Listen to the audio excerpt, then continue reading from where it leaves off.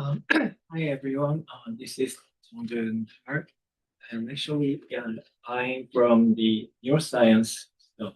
And so far, I haven't talked about something like neuroscience or something. So today, I prepared some very interesting topic about neuro AI. Actually, NeuroAI is just some bridge between neuroscience and AI, not only just including brain-inspired AI, but AI influenced neuroscience. And there are some reasons why I have interesting is it is interesting, and also the this one of the main review paper I prepared here, that is Hassabis also mentioned that the human brain is the only existing proof that such an intelligence is possible. And also, it is the biological brain is not perfect, but sometimes it is very efficient, very uh, have very interesting characteristic like few-shot generalization and continual learning and physical grounding with very high efficiency. So, so here, this new AI paradigm means the synergistic intertwine influence each other. So new AI means the inspiration, or AI to neuro means the computational models or analysis tool to or further advance the neuroscience or psychological research. So here I prepare some these three main review papers, but I'm not gonna uh, uh, fully cover all of the detail in the each review paper. Instead of that, uh, this new AI overview is quite informed from these review papers, so I synthesized them to efficiently introduce about the new AI and a real bit brief introduction about neuroscience. The first one is about neuroscience, but don't worry about it. I'm not gonna talk about real very detailed about cellular mechanism or something. So here what I want to say is there's a multiple levels of the investigation from molecular, cellular, gene, chemical, from the very micro level to circuit system cognitive behavior macro level. Actually, it is not very concretely have some consensus, but roughly there's a three scale framework like micro, meso, macro, and um, I want to more focus on meso and macro. And usually it is so-called systems neuroscience and some cognitive neuroscience.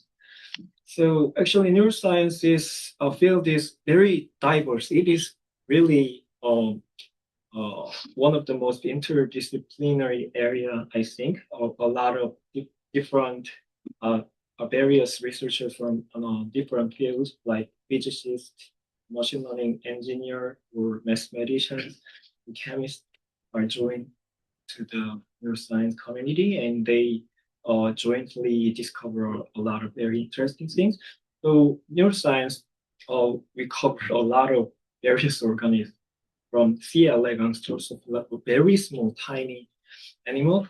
And I usually do experiment with rodent and a little bit human and non-human primate. But as I mentioned before, I think rodent and human two subjects are the most uh, famous. But mostly they neuroscientists use this as a main subject to study. And there's some methodologies to record the neural signal or stimulate the brain. And there's some trade-off between invasive and non-invasive techniques. So depending on that, sometimes we need to select a specific subject or technique due to some ethical issue or technical issues. So today I prepare a lot of visualization to make you familiarize. So this is kind of entire brain of mouse, not entire, but yeah, almost entire. And this enlarged, this scale bar is 100 micrometer. And these tiny dots, some flashing light, individual light means some neurons are firing. So these colored, some time series, these spike light responses are neurons firing. Actually, it is not exactly the it is yeah, it is related another behavior. Anyway, actually, it is not a electric signal itself, but the kind of calcium signal recording we could uh, so these signals are the calcium based sorry for oh, sorry. So those are the calcium-based some indirect recording of a lot of various hundreds of neurons at the same time from various different brain regions. Actually, that is very high technology. I haven't done that experiment so far. But anyway, so including that high technology, there's roughly invasive, non-invasive, two kind of techniques. And usually, humans usually don't want to open their skull. So yeah, usually invasive technique is applied to animals. So there's an in vitro and in vivo technique, and in vitro means just some directly penetrate the cell body. So it is actually the very accurate cell recording, but the problem is we cannot record the neural signal while animal is moving. Sometimes there's a very high technology, but usually it is very difficult. So there's every technique has some trade-off, like spatial temporal resolution or something. So there's a lot of techniques for record the neural signal, but so far there's no only one SOTA or something. And this is another demonstration of about stimulation. So, uh, so this is light stimulation based behavior change. So when the light is stimulated, the mouse is freezed. Yeah, this is kind of so-called optogenetics, and it is very really famous in the neuroscience field because we could so it is based on some genetically engineering stuff, but using this paradigm, we could deliver and stimulate the specific neuronal cell type and sometimes circuit level in very precise way. So and another technique is sorry for that. I misaligned here. But there's a electric signal stimulation and also chemogenetic stimulation could be possible, but optogenetic is more very precise and precise way to stimulate the neural signal in invasive way. And so the technique is really famous for the neuroscience. So this is the some when you put together the behavior and recording of the neural signal at the same time. So these are some example of the animal behaving, and at the same time what happens what happens during their brain. So we could record neural behavior data and also spatial temporal pattern for that. So these are the roughly the what kind of neuroscience methodology to study how the nervous system works. And I'd like to introduce one very interesting framework. So David Marr is one of the most famous computational neuroscientists, and he suggested this three level of analysis like computational, algorithmic implementation level. So for example, when we think about flying, flight itself is the most important concept, right? So it is the computational level and why, or the problem. And the kind of algorithmic means a flapping. and implementation means feather here. So sometimes when you think about the airplane, in that case, computational level is same flight, but algorithm level is not flapping, or some fluid dynamics or something. And implementation is also some mechanical stuff. So that's the very basic stuff about that. So sometimes it is called interpretive, mechanistic, descriptive model. So these are some examples, but you don't have to understand what it means about that. Anyway, we could think about some example about this one. And some interesting thing is, I'm not gonna more discuss about more detail here, but it seems that most AI research seems to focus on more algorithmic level, but in neuroscience, sometimes they focus on implementation level. That means a neuronal cell or receptor itself, or some computationally why, not that algorithmic level. I'm not sure why this phenomenon happens, but so these papers are also talking about this gap between them. So maybe there could be some that kind of gap could be overcome by some virtuous reciprocal help from each NeuroAI different research domain.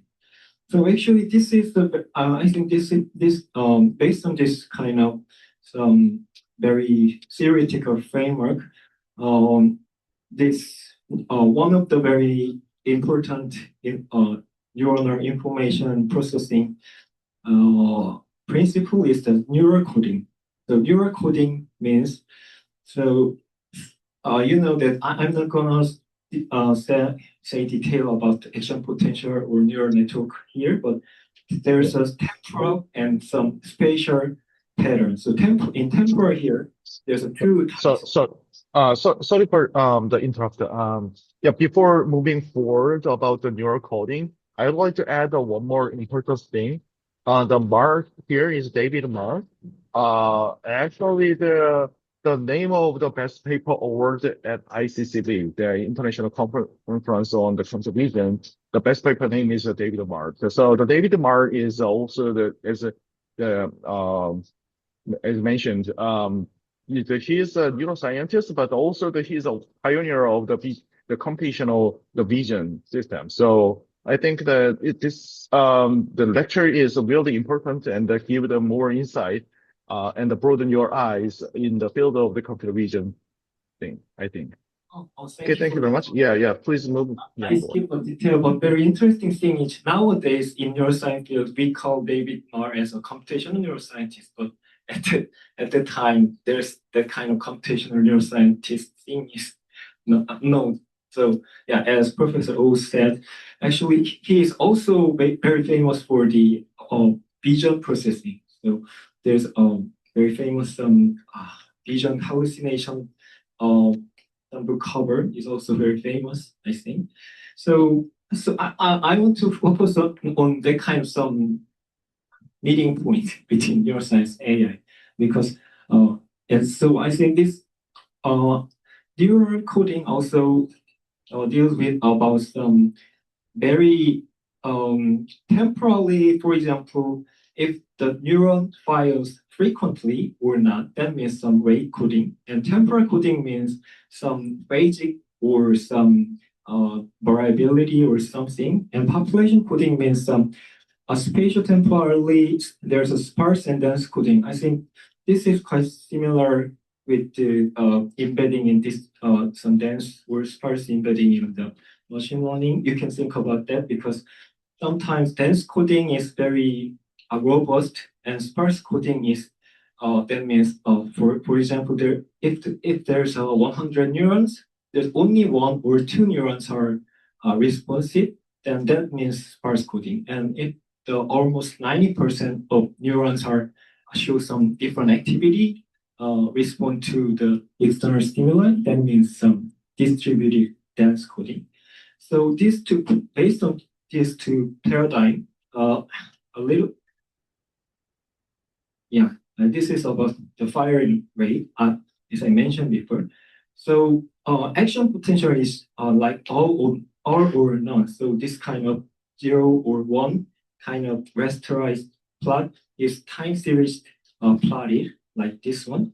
Actually, low signal is this kind of time some continuous, because usually we could get the signal from the extracellular, but you don't have to think about that. The important thing is to just think one or zero, like some plot here.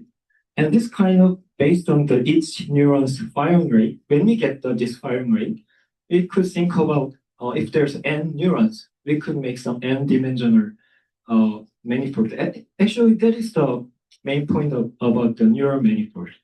So so the point here is based on that.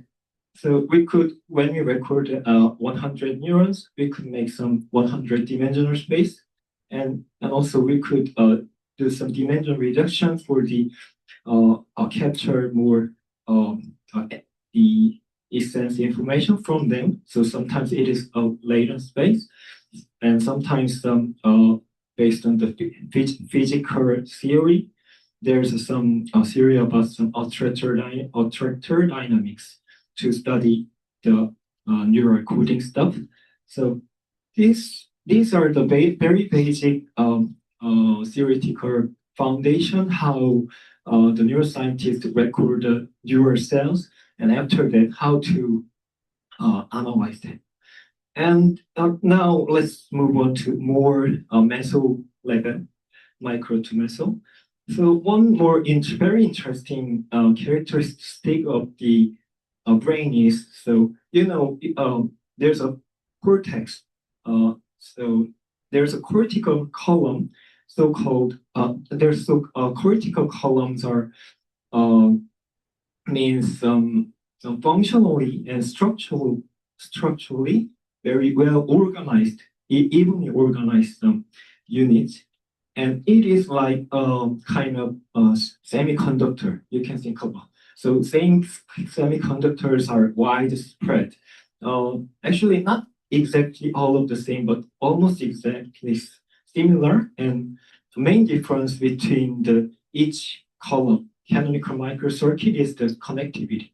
I'm not gonna talk about detail, but depending on the connectivity with like a sensory input or top-down, bottom-up. So it depends on the roughly depends on the connectivity, and second, also it depends on the experience. So this is very interesting stuff. And also in this canonical microcircuit, another interesting thing is inhibitory motif.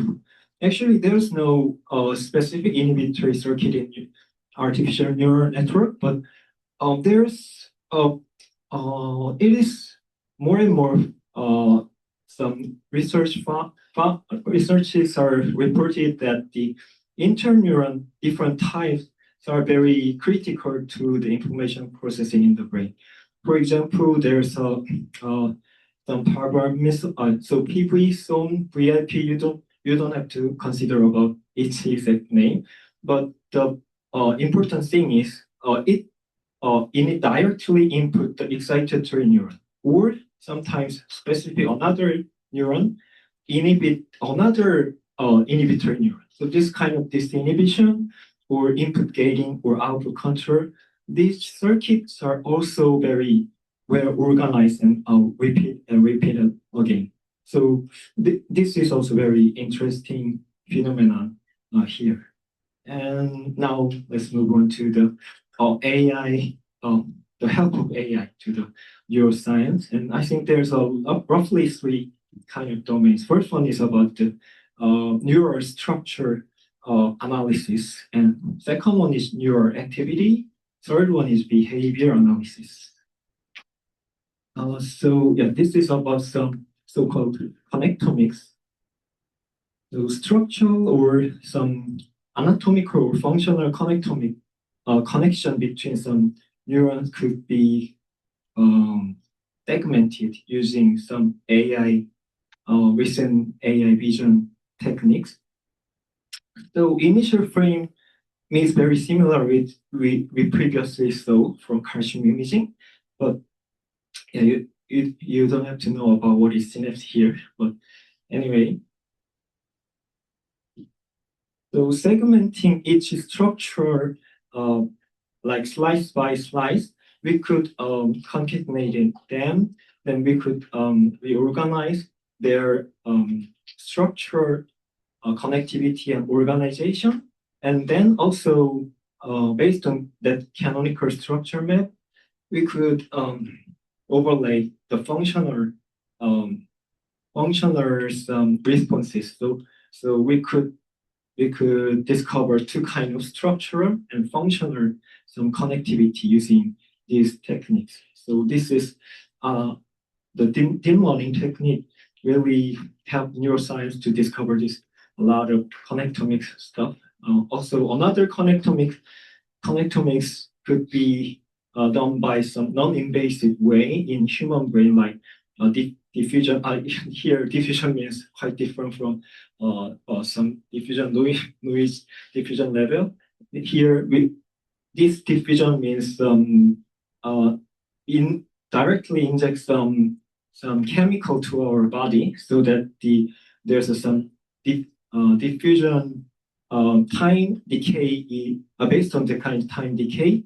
We could also functional connectivity map like figure A could be discovered like that. So this is about the connectivity, connectome stuff. And second one is about the neural recording and especially for the decoding.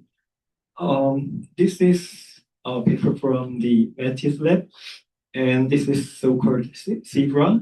And based on just a simple contrastive learning-based method, they based on here. Oh, sorry for that.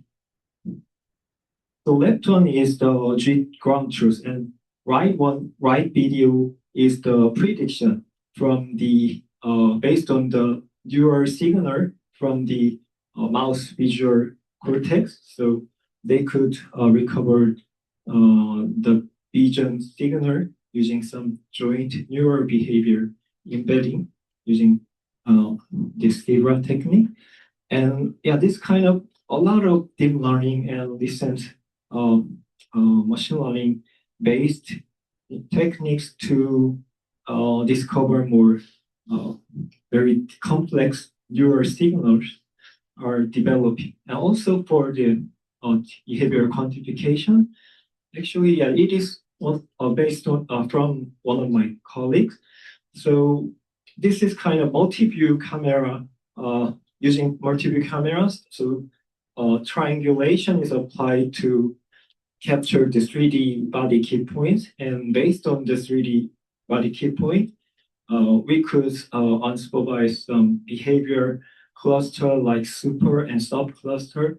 So, and then we could see that some subtle difference between two control group, control versus experimental group, or something based on this kind of very basic behavior repertoire or basic sequence. So these are actually dim method is the most famous for the 2D and 3D key point detection from the vision image because it was really easy to use. Just few shot and transfer learning is easy to use. So, but it is not. It is just only focused on very sparse key point, and also the dim method itself is so far doesn't focus on some behavior analysis itself. So yeah, that's why I'm here to study some 3D kind of and rodent animal and so on. So in summary, in part, so structure and neural activity and behavior analysis in neuroscience field is a very vastly advanced due to the AI infrastructure. So yeah, final part. Actually, this is from the paper, one of the main three review paper here, but I'm gonna skip the detail because I think everyone know about this kind of CNN hierarchical vision feature, and TD learning or something. But instead of that, I want to more focus on, I think these are a little bit unfamiliar to us, I think, but also very interesting to think about them. The first one is about the cognitive map. Maybe everyone know about the terminology cognitive map here. It's actually a cognitive map. The terminology is introduced by this Edward Thoman psychologist. And at the time, it was introduced by this kind of some maze experiment using some rat. So he think about, oh, there's some mental map over there, and then in later, some research found that that kind of mental map is at the hippocampal formation. So yeah, these are the hippocampal formation. It means including hippocampus and some parahippocampal region, including entorhinal cortex.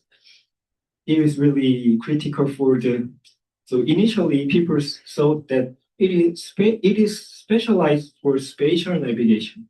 Spatial map is equals to cognitive map, but it turns out that. Okay, let's see this kind of words. So some interesting stuff in cognitive map, hippocampal formation is there's a placement. That means there's some neuron that only specifically firing when the subject visit the specific place. And second, grid cell. It is more interesting because not specific point, but spatially when they visit some hexagonal pattern, then the neurons fires. So it is very, it seems that spatially very important. The information processing, spatial recognition or processing could be happening this kind of hippocampal formation.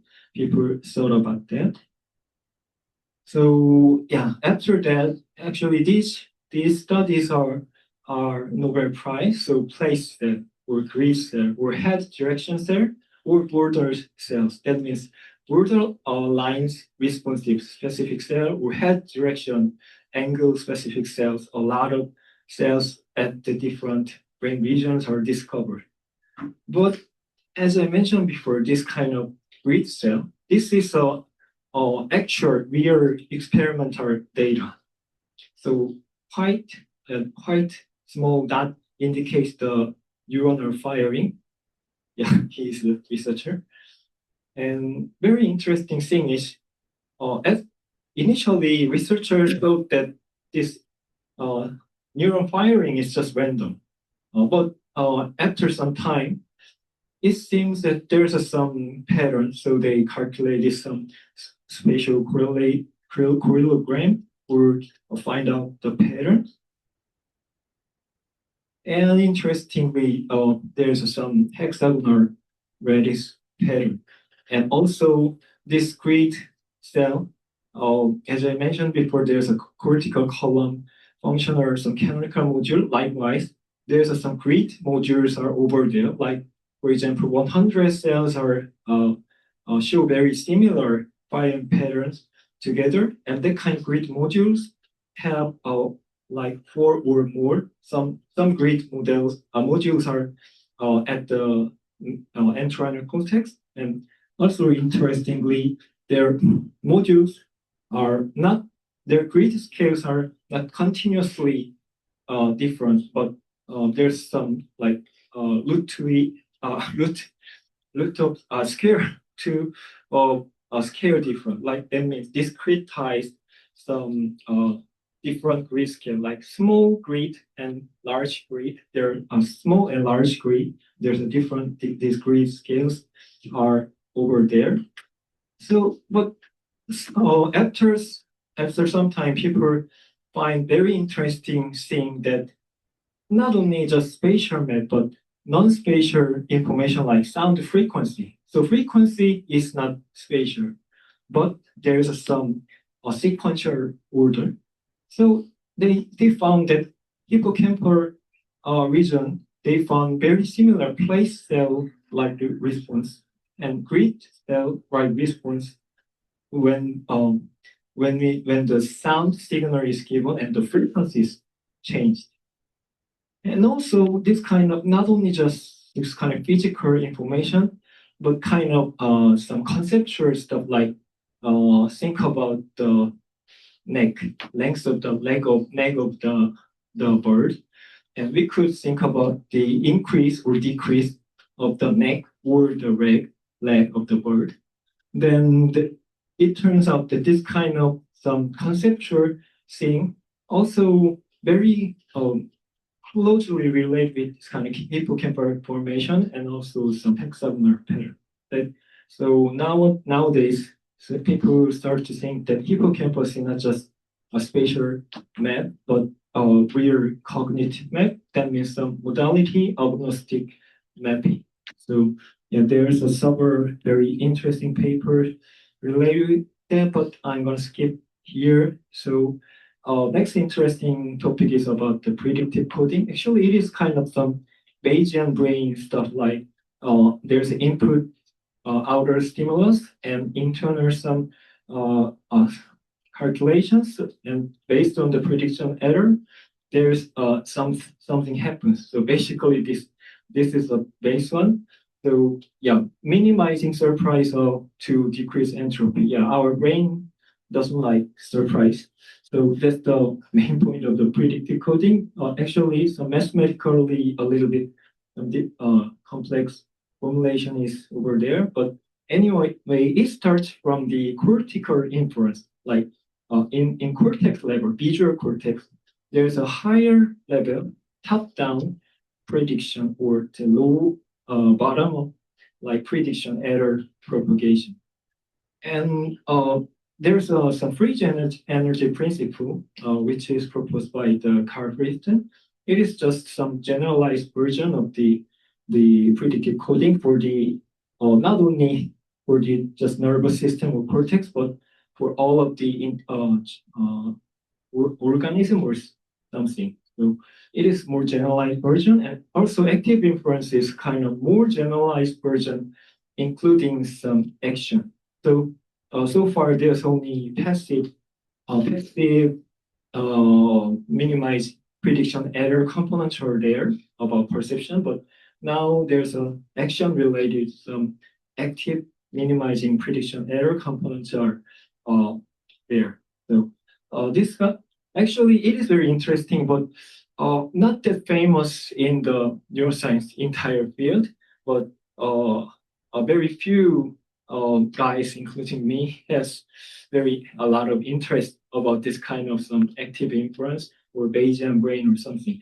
Actually, based on the paradigm, there could be some intrinsic motivation or sometimes it is called internal states, that means hunger or so based on the homeostasis, our nervous system want to minimize the error or some make a balance between the input and output difference. So, for example, so this figure indicates the recently published NeuroAI paper, and it is designed mainly only focused on the internal state, but there's a lot of internal state like that I got hungry or thirsty or too cold or it is too hard or something.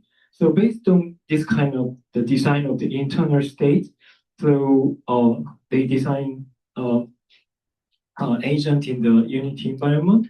They this kind of interceptive internal state based driven agent. It could be the one of the one of the brain inspired AI paradigm, and also there could be the like curiosity could be also considered as the intrinsic reward or intrinsic motivation here. So this could be combined with this kind of the active inference or prediction error stuff. Actually, also the one of the main review paper here also suggests about not very concrete, precise, some field model, but he proposed that your prediction error based on the some sensory mismatch and some value mismatch, so different updates for the sensory and internal value stuff, and that this and also that he think about he means Mathis in the real paper mentioned that the for example interneuron or inhibitory distinct microcircuit should be the one of the main modularizer for the determine which specific encoder to unlock or update the different prediction error circuit or something. And yeah, I'll skip the detail here, but this is very exactly same with this one. So almost final one is a embodied Turing test. So many of you already know about Turing test. Actually, this embodied Turing test is just another version for changing the language. Instead of using language, they use some multimodal, more dense feature. Like we don't need to compare the output of the reasoning or text, but instead of them, we need to compare the animals movement or animals vocalization or something. That means some sensory motor competence. So yeah, there's several reasons people think that this kind of embodied Turing test is needed. Is that the LLM is really powerful, but the core problem is LLM itself has no grounding for the multimodality. So actually, there's another approach like multimodal VLM or other approaches, but in these approaches, they think that more language on language unrelated, more based on some what can I say? So here there's a terminology like genomic bottleneck. I think that is kind of the vision feature emerged from this DNA. Like that way, I think the people think that it is kind of genomic bottleneck because we could design the whole artificial neural network from the scratch. But when we think about some genomic bottleneck, that means there could be more efficient way for processing it. Although the neural nervous system is, the main purpose is not for the information processing itself, but we could, based on some feature like vision, hierarchical vision feature processing, or some intrinsic motivation, or flexible learning, or continual learning, the kind of some critical human or animals intelligence, which is not so far overcome in the AI field, could be maybe we could consider about that kind of more embodied Turing test or embodied stuff here. So yeah, let me introduce some interesting cases related with NeuroAI studies. So this is from the DeepMind Nature published paper, and it is very interesting because when they train the egocentric navigation task with some LSTM-based simple RNN network, they found that there's some grid-like hexagonal patterns emerges from specific layer, and when they upload that grid cell, then the performance dropped. So yeah, this is a collaboration with the neuroscientists and also ML scientists from DeepMind, and also this is a similar collaboration with the neuroscientists and DeepMind, and the direction is a little bit different. Like maybe I think the distributional RM is initially proposed from the ML community, and then this guy just apply that kind of the ML model to the neuroscience where your signal data. So it turned out that uh, before this kind of distributional RL model was proposed, the neural data was considered as noise because there's a two heterogeneous and high level of various signal patterns. But interestingly, when they uh, leverage this distributional RL paradigm, the neuronal signal data uh, turned out that it is really well fitted to the theory. So this is also published at the Nature paper. So put together this kind of neural AI to AI neural um, cycle. Actually, it is not that frequently happen. It is very difficult, I think. But although it is difficult, but it sometimes the breakthrough comes out from this kind of some real multidisciplinary collaboration from different fields, I think. So yeah, in summary, there's a lot of technical advance of the AI help neuroscience community to discover more useful discoveries, and also sometimes based on the neuroscience or sometimes cognitive inspired, uh, there's some AI model development is sometimes useful to overcome some challenges.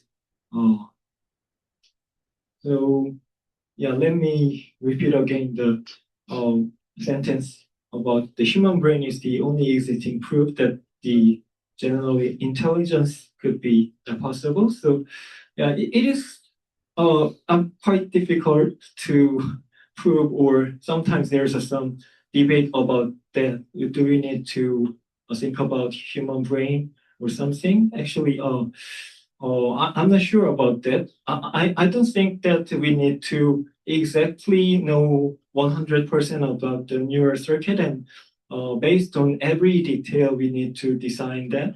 I don't agree with that, but at least I think that there's some very interesting stuff. There could be a lot of inspiration from the brain or psychological micro level to macro level behavior stuff. So I think that, and also the main point is here, the direction is not the unidirection, so bi-directional way. So usually AI techniques are really helpful to the neuroscience community.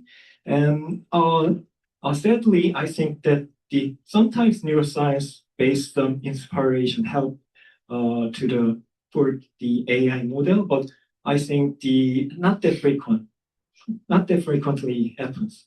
So maybe the bridge between two some different area, uh, there must be some multidisciplinary researcher and also effort to support that kind of some pioneering research because it is very tough, you know. So I think that that is needed to further advance the NeuroAI to understand and build the general intelligence. So that's why I prepared some quite various stuff based on the NeuroAI stuff, which could be quite unfamiliar to you. So this is the end of my presentation.